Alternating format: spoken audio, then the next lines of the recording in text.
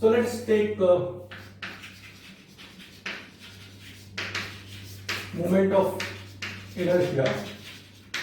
We can write it as mi, right? So let's take one example of a circular ring, right? Of mass m, radius r, right? And now we cannot just calculate the moment of inertia by this much information. We also need to know about which axis, right? So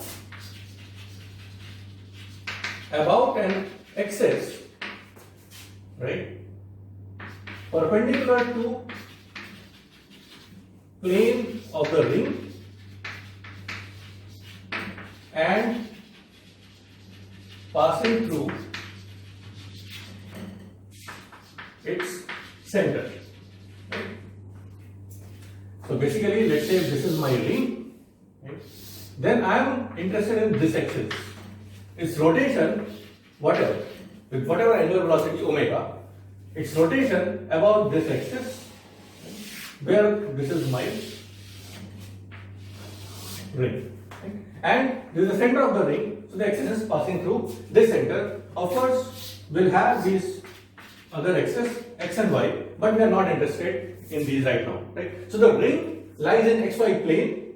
The axis passes through this ring in z direction through the center, right? And now we have to find out its angular momentum along the z direction. Okay. So what is given also is that radius of the ring is r, right? And the total mass is m. Okay. Now moment of inertia I is written as r square dm, right? An integral over the entire mass. So basically what we need to do is we need to take a small mass element on that ring, look at its perpendicular distance from the axis, and then integrate that over the entire mass, right? The way we do it is, so this is very much similar to the calculation of center of mass coordinates, right, for different objects or for different systems. So we'll apply the same approach. Let us take a mass element of length dx on the ring. Its perpendicular distance from the axis is again r, right? So now you have to keep in mind that the ring is in xy plane and the axis is in z direction. So the perpendicular distance of any mass element will always be the radius of the ring. So this is r. Let us say the length element extends by an angular degree of d theta, right? So then the length of the element, right, the length of the mass element dx is nothing but r d theta. Okay? Okay. Now what is the mass of this length element?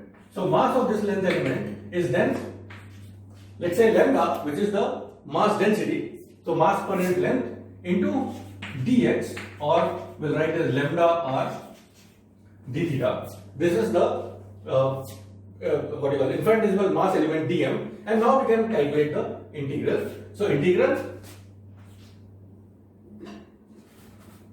perpendicular distance is r square, dm is lambda r d theta, right? And limits of integration. So theta goes from, at any point if we start, if at any point we can take the theta as 0, so then it basically goes around the entire circle. So theta goes from 0 to 2 pi. Okay? And now this is straightforward. Since r is a constant here, we can take out r cube. Lambda is a constant, it's just the mass density. Integral 0 to 2 pi d theta, which is nothing but r cube into lambda. So which is, lambda is besides mass per unit length, so total mass of the ring m and total length, which is nothing but 2 pi r. Okay. So this is m over 2 pi r, and integral of d theta over 0 to 2 pi is simply going to give us 2 pi. Calculate this, we get I of ring about this axis, right? The axis which has this property, moment of inertia of the ring. So now I can write it here as I of ring is nothing but mr square.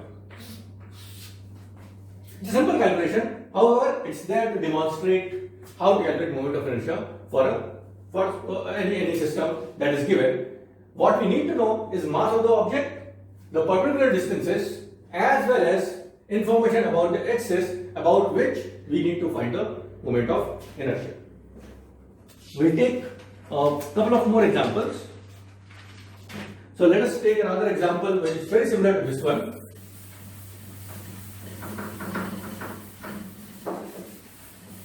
Now let's say instead of a instead of a ring, I have a disc. Right? So thin disc or thick disc doesn't matter, and that we'll see very soon. So now instead of this system, what I have is something like this.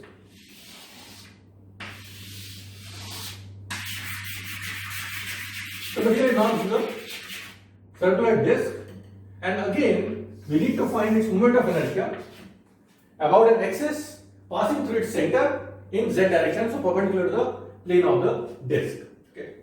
Okay. Let's start by defining first of all the mass density. Now this will be here the surface mass density. We'll represent as sigma, and this will be equal to total mass of the disc and the area. So pi r square, where now r is the radius of the disc. So we can take this as r, right? And now we know that I is nothing but increase r square dm. Okay. So first of all we have to write dm. So let us take a small mass element dm here, right? So this is a dm, and it has certain area. And what is the area of this mass element? So let us say it's located a smaller distance from the axis, right? The perpendicular distance from the axis, and it has an angular extent of again d theta. Okay. So located at smaller distance, angular extent is d theta, and the extent in r cap direction is dr, right? So we are basically taking the area element, right, in r theta polar coordinates, right? Because again, as far as this calculation is concerned, this problem is still in 2 dimensions, right? So the area element dA is nothing but r d theta dr, right? And if that is the area element, now I can write down my dm. So then this becomes integral r square, and dm would be sigma dA, which is r d theta dr, right? Okay. However, now we have two differential elements d theta and dr inside the integral. So this is a double integral.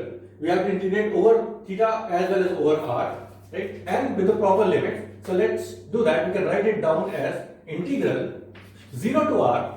This perpendicular distance of any mass element varies from 0 at the center and up to maximum distance, the radius of the disk r. So 0 to r, r cube dr, sigma can be taken out, and integral 0 to 2 pi. Right? The angle theta still goes from 0 to 2 pi over the entire disk and d theta, and now we can solve this, right? So of course the theta and r are independent of each other, so the integrals can be done separately.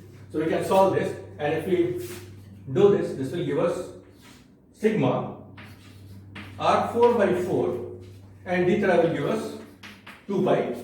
Put the value of sigma. So sigma was m over pi r square into r raised to 4 by 4 into 2 pi, and what we'll see is that this comes out to be half of mr square. Right? So this is then the moment of inertia of a disk, not of a ring, but of a disk. Right? Okay. So this is the moment of inertia for the disk, and now similarly you can calculate moment of inertia for various other systems. So some of them are discussed in the book. You can go over that. Some of them are given as problems. So I can try to get those also. For example, moment of inertia of a rod of length L right? About an axis passing through its center or midpoint. Let's say it's midpoint. So if I remove this, so this is the axis and this is my rod, right? A thin circular rod of total length L. So this total length is L and the axis is passing from the midpoint, right? So this I of rod is 1 by 12 ml square. So this is a number that the expression that you already know from your previous physics course. However, anyway, you can also try to calculate it from the general scheme. Right? Similarly, for a sphere, for uniform solid sphere, I of sphere is then given as 2 by 5 mr square. So again, about an axis which passes through its center, it's 2 by 5 mr square, and similarly you can calculate for other objects also. Now, the moment of inertia that we have calculated for like these two things, and then I mentioned it for other cases, what you can see is that this moment of inertia was calculated through a particular axis, right? And that axis was even more unique because in all these four cases, and we'll see for other cases also, the axis was passing through the center of mass of the rigid body, right? So for the ring, it was passing to the center. For the disc, again the center of mass is in the center. For the sphere, the center of mass, uniform sphere, center of mass will be in the center. For a uniform rod, center of mass is at a distance L by 2 from one of the edge, right? So the axis was from center of mass. So we can also say that what we have calculated is moment of inertia about an axis passing through the center of mass of the rigid body, right? And then depending on its orientation, whatever orientation is there, right? Now this brings us to an important theorem which can be applied to calculate the moment of inertia, right? And this is called the parallel axis theorem.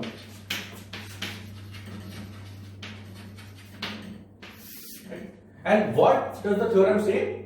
The theorem states that moment of inertia, right, of any object about an axis, right, parallel to an axis passing through the center of mass, right? So if you take an axis which is parallel to an axis passing through the center of mass and in the same orientation, right, then the moment of inertia about that axis is equal to moment of inertia about the center of mass, so through an axis passing through the center of mass, plus mass of the object and L square, so ml square, where this is the distance between, or the separation between I and ICM. Right? So this is the parallel axis theorem. One can prove this, and proof of this is left as an exercise. So exercise for you is proof of this theorem, right, which is given in, I think, all the books. So you can go over the proof and try to understand it. If there are any difficulties, we can discuss this. But you should go through this proof and try to see that how it is this one. What I do right now is simply demonstrate this by one example. So for example, let us again take our ring of radius r, and this is, let's say, my z-axis. So we know its moment of inertia about this z-axis, and now if I want to find out its moment of inertia about, let's say, z prime axis, right? Distance between z and z prime is again now r. So I of ring, so let's say I prime of ring is now going to be I about cm, which is mr square, right, plus ml square, so plus m r square. So this is then 2m r square.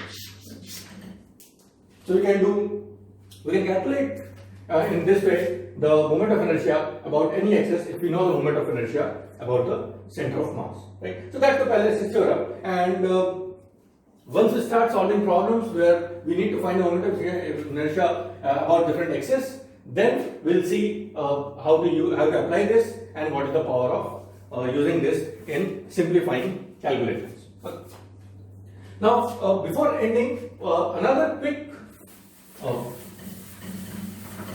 property of moment of inertia that we need to keep in mind is that it's also additive, right? So for a system of particles, if we want to find the moment of inertia of the system, then it's basically moment of inertia of individual particles and simply sum them, right? So for example, again, taking the simple case of my ring, right? Let us say that this is my ring, right? I know the moment of inertia of this ring is mr square. Now, if I say that a hollow cylinder, right?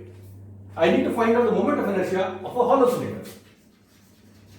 I mean, of course, I can do it from first principles, right?